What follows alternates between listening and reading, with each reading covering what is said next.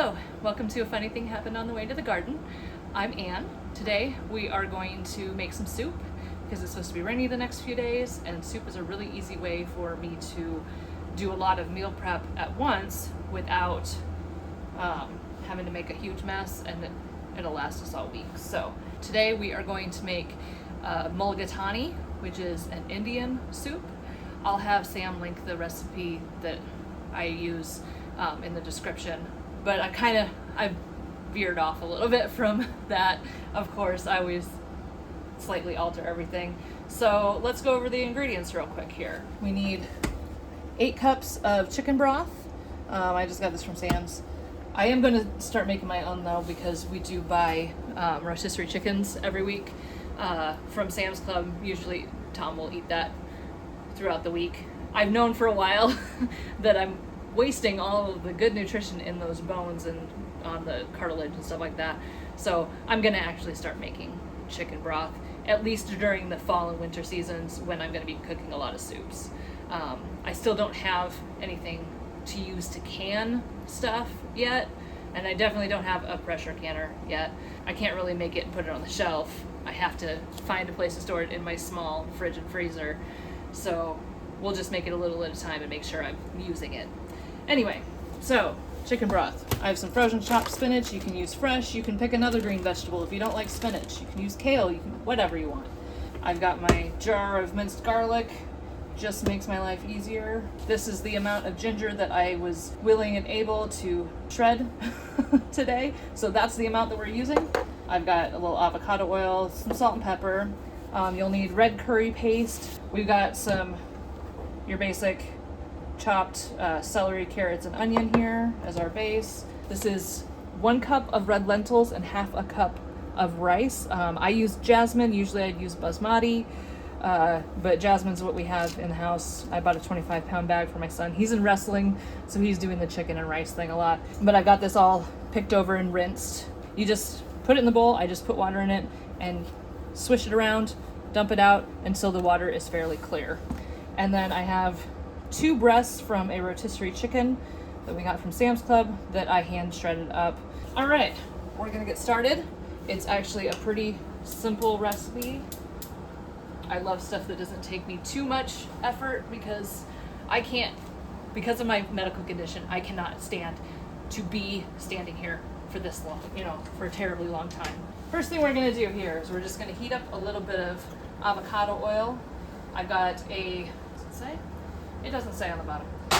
I just have a large Dutch oven. It is bigger than my 5 quarts, so bigger than 5 quarts. I don't remember exactly how big this one was when I bought it. I just know I needed something bigger than what I had. So I just went around the pan 1.5 times basically. And then I just kind of spread the oil around a bit.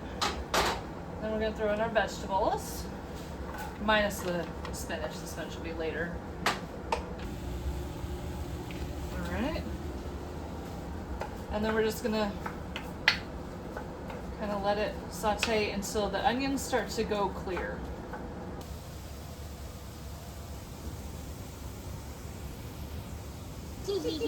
Alright, so I'll have you look at this. This is where we're at right now. The onions aren't really clear, but they're definitely opaque.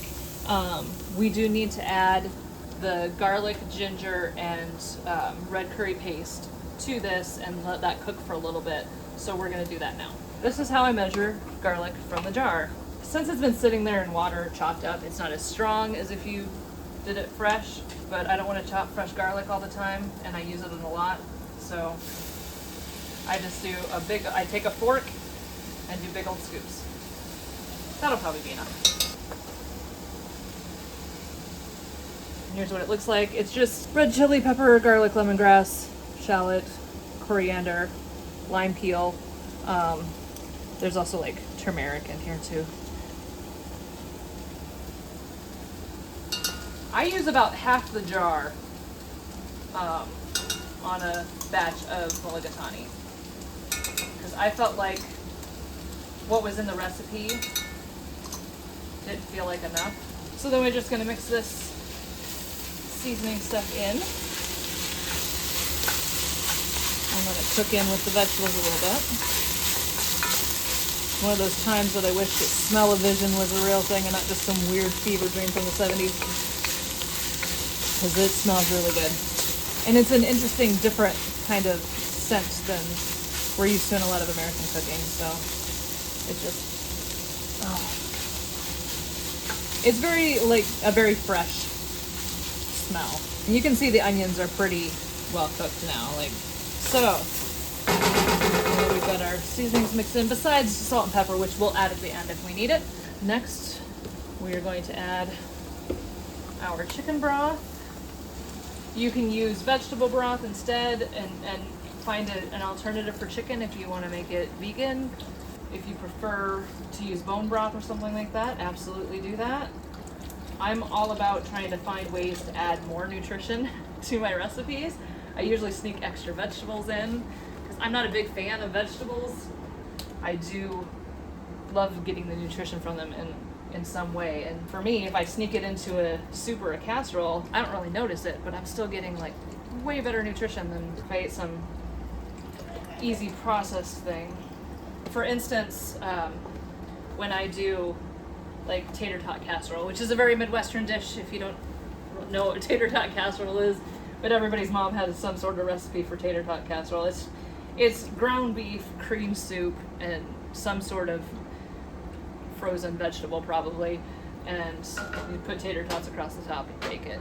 My mom always did it with corn, which is not the most nutritious. I had a friend whose mom did it with green beans and corn, and so that kind of, once I learned that there wasn't just only this one way that I had been taught all my life, I started trying to add other vegetables to it. And what I find is I like to put in like a frozen peas and carrots, and then some green beans and some corn. I also saute some onions with the meat as well. Makes a big difference. I feel like I'm getting a much heartier meal. It stretches it for very little money. Like frozen peas and carrots are cheap, so it's a good way to get a lot of nutrition into one meal and without a lot of extra expense. Okay, so we've added the 8 cups of chicken stock, and now we're going to add our red lentils and our rice. All right, so we'll just mix that in. Then we need to wait for it to come to a boil. Once it comes to a boil, we cook it for 10 minutes. So we will be back once this has been boiling for 10 minutes and we have more to do.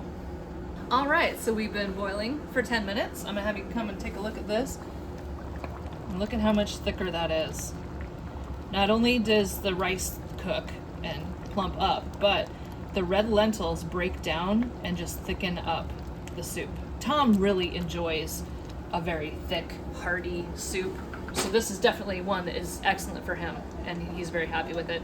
He's the type that if the soup's not thick enough, he's crunching up a bunch of crackers to go in there because he wants soup you can eat with a fork, pretty much. Okay, so we just have a couple final touches to make here. We're just gonna throw in our chicken and spinach. And you don't have to put the whole thing in, but I'm just gonna, because why not? Because I want all of this nutrition in my soup. All right, so we're just gonna stir this in. You really only have to let it cook for like another 5 minutes or so just to get everything heated up. And you don't even have to thaw the spinach, it's great. Like if you look, it's already broken up super quickly and easily. It's a beautiful, hearty, delicious soup. Now what I'm gonna do is I'm just gonna do what I always recommend you do, just take a taste test and see if anything needs altered, right? We're just gonna take a little. Yep, definitely need salt and pepper. I've got my shaker of Redmond real salt here. I just have regular black pepper.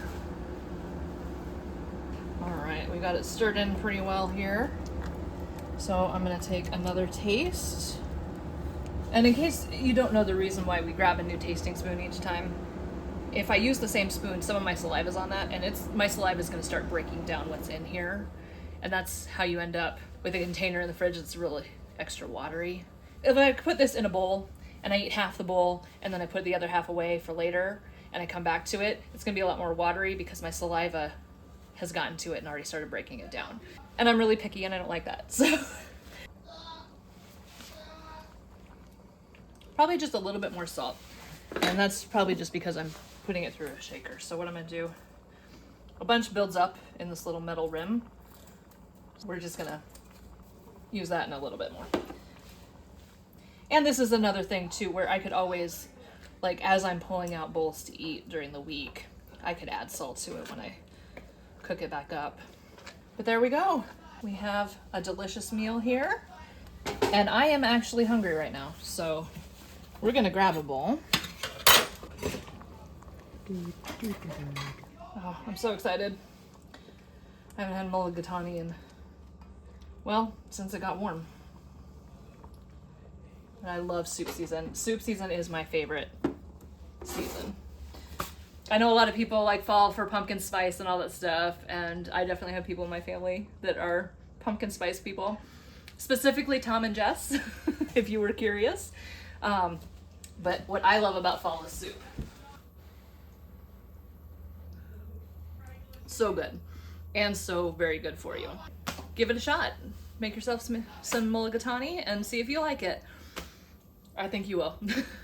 Thank you so much for watching all the way to the end and learning how to make this soup with me. I want to tell you how much I really do appreciate you guys for watching us, because you watching us is what's going to help make our dreams come true. Thank you very much, and we'll see you next time.